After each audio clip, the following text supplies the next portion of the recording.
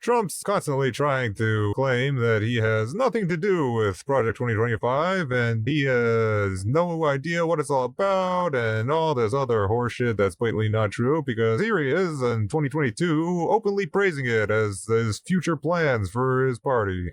Our country is going to hell. The critical job of institutions such as Heritage is to lay the groundwork, and Heritage does such an incredible job at that. This is a great group, and they're going to lay the groundwork and detailed plans for exactly what our movement will do and what your movement will do when the American people give us a colossal mandate to save America. And that's coming. That's coming. Yeah. Sounds like he has nothing to do with it. And his VP wrote a glowing foreword to Project 2025's leader's upcoming book. All his biggest sycophants like Alex Jones are constantly shouting out how great they think it is. He hears heat on this Heritage Foundation full commitment with a Trump plan that I've read. It's 90 pages long. Most of it's excellent. I mean, I would say it makes the Heritage Foundation go from like a C- to an A+ in my view. Well, you could argue that Alex Jones is just a crazy right-wing jackass with a podcast, which apparently he doesn't even have that anymore, but Steve Bannon was one of his former advisors, and here he is telling people to sign up for it. This is called power. It's all free. You go to project2025.org, you download, first of all, they get the policy background. You start to immerse yourself in the policy. Then they allow you actually to volunteer and build your own profile to be one of the 3,000. Yeah, you can sign up for it.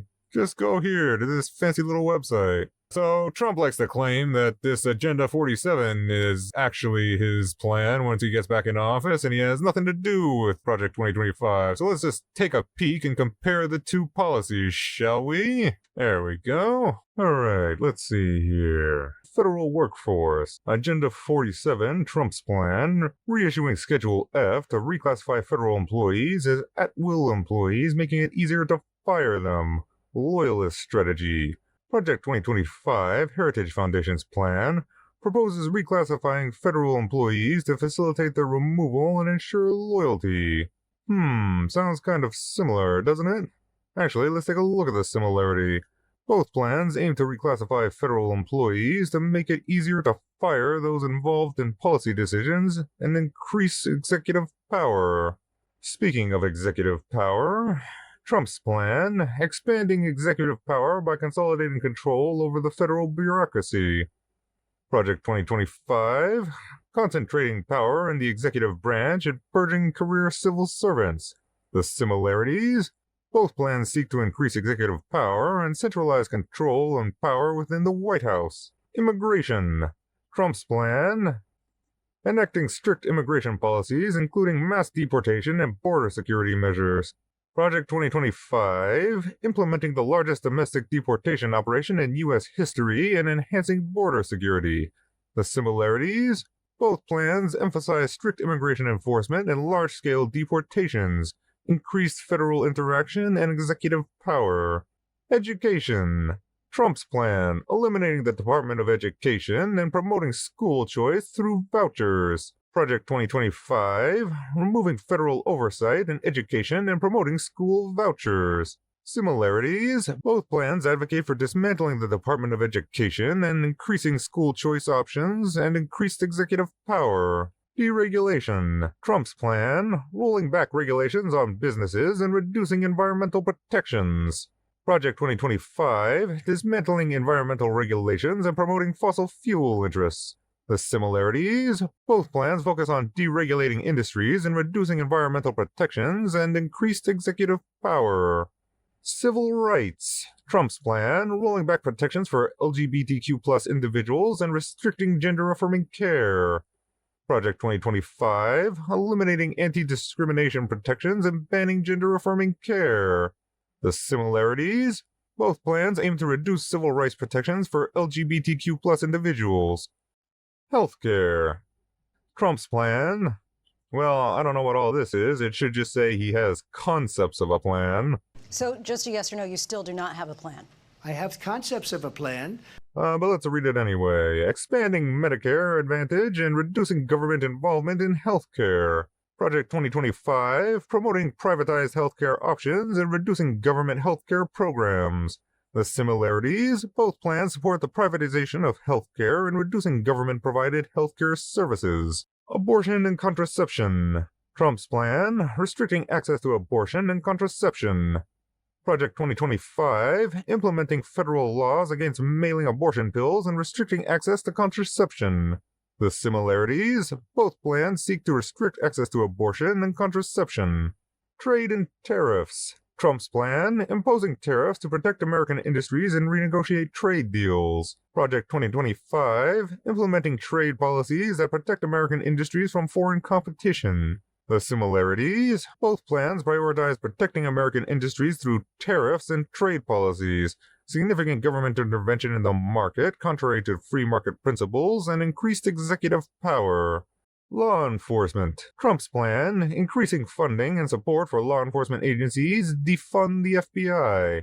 Project 2025, proposing significant changes to the Department of Justice and FBI, focusing on loyalty and alignment with executive priorities.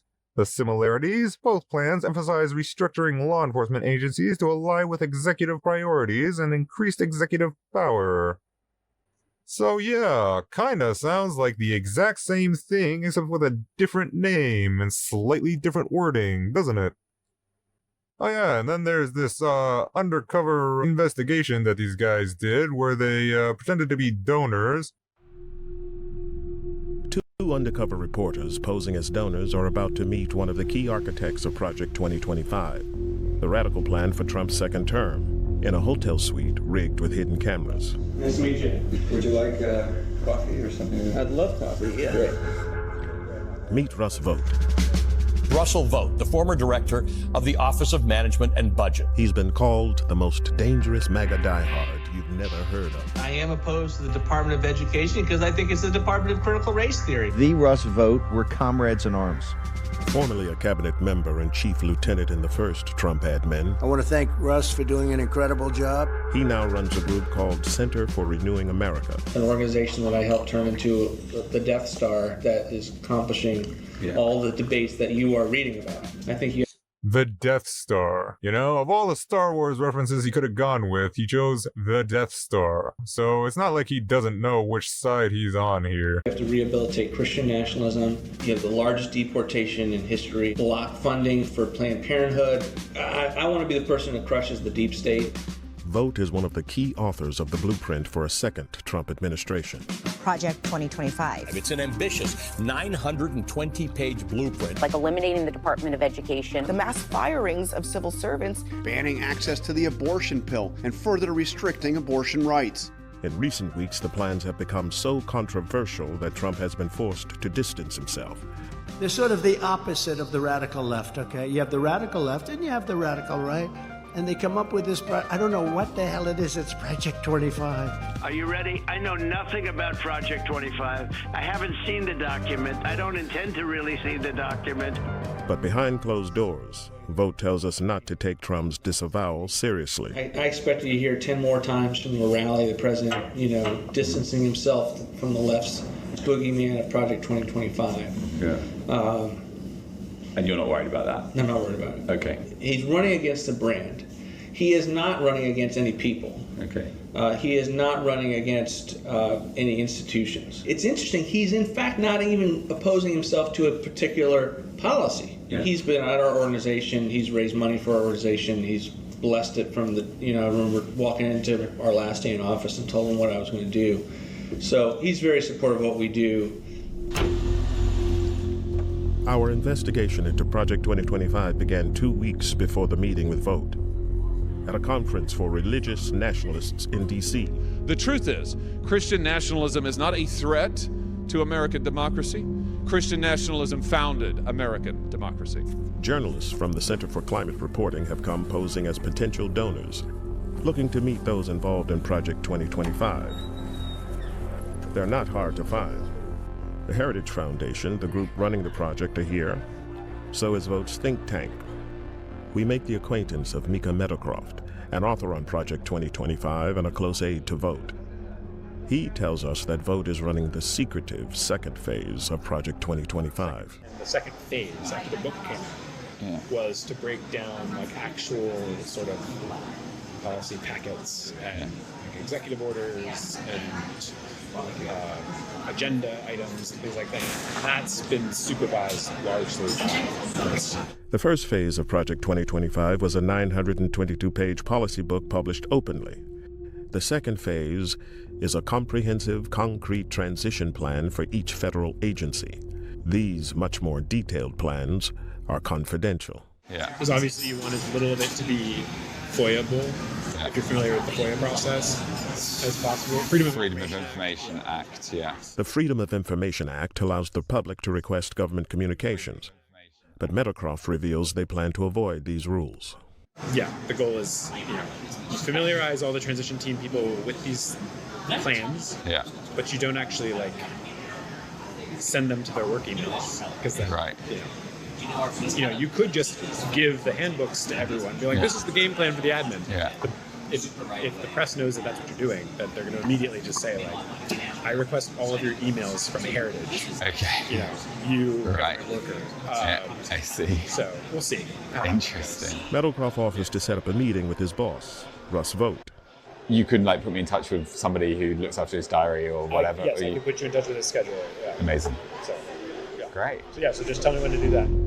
We want to meet the man writing the game plan for Trump's second administration. Vogt believes that in his first term, Trump's agenda was frustrated by what he calls the deep state. So Vogt is planning a radical centralization of government power under the president, firing civil servants and ending the independence of agencies like the FBI and DOJ. 80% of my time is working on the plans of what's necessary to take control of these bureaucracies. And we are working doggedly on that, whether it's destroying their agency's notion of independence. They're independent from the president. Vogt has also been preparing documents based on fringe legal theories, arguing the president has the power to use the military against protesters. George Floyd obviously was not about race. It was about destabilizing the Trump administration.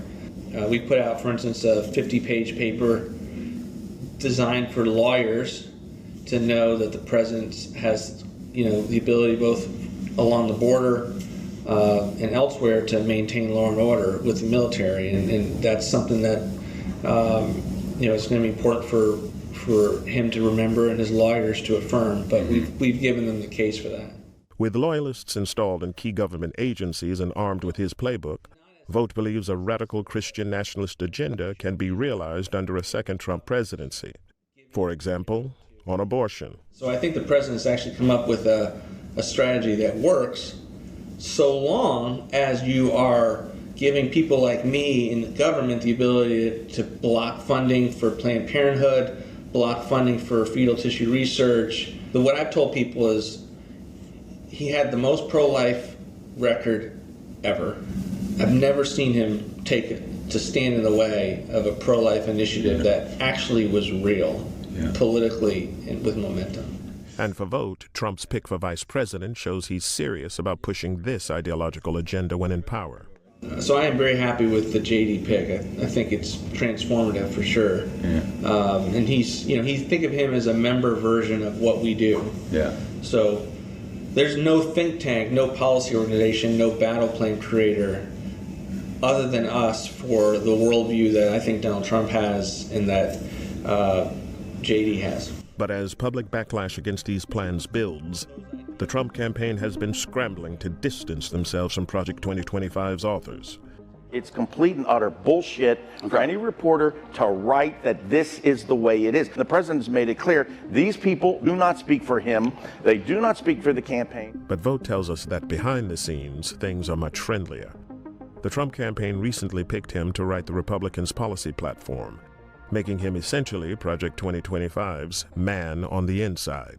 I think the best example is the campaign selected me to be the platform because of their views on my policy ideas, and they're not running from all of the negativity that I get from the press. I see. So they haven't been spooked on you as a person, you don't think? No, I mean, I don't think I'm going to be their transition pick, because then they have all these kinds of stories. Yeah. But no, the relationship is great. The head of the Trump transition team has not yet been appointed, but Vogt says that no matter who is named, he'll be able to hand over his Project 2025 battle plans directly.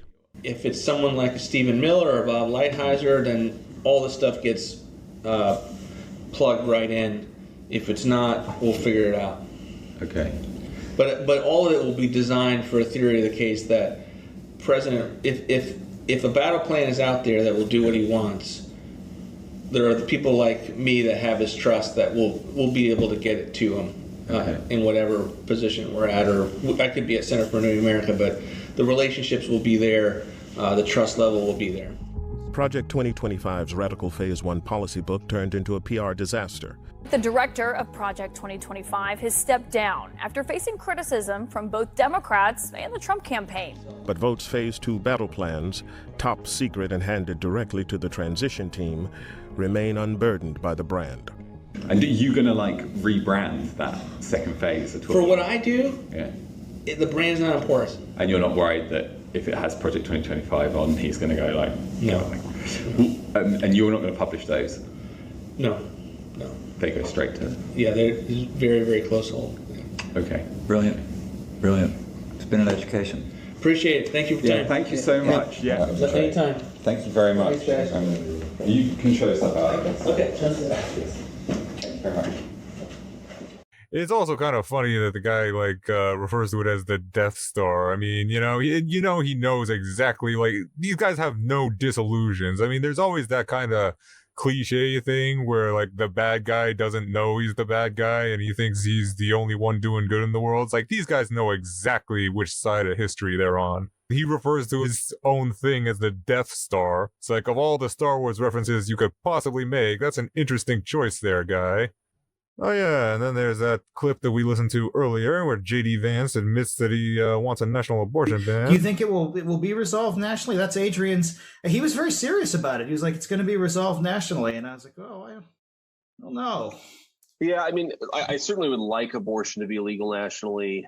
I don't, Adrian's a smart lawyer, and I'm not. He definitely is. I mean, he's great. I mean, so yeah, if the fat bastard keels over dead from one of his McDonald's-induced heart attacks, you'd be left with this jackass that wants a national abortion ban. Even though, let's be honest, Trump wants a national abortion ban too. Oh yeah, and then another fun tidbit about this author of Project 2025, he apparently killed his dog with a shovel, which is kind of ironic that all these Republicans are, going on about other people killing pets in Ohio, since it mainly seems to be Republicans that are obsessed with killing their dogs. South Dakota Republican Governor Kristi Noem defends killing her dog. And right-wing dipshit Twitter celebrity Cat Turd ran over his dog while he was drunk one day. So, kind of seems like they're the one killing all the pets.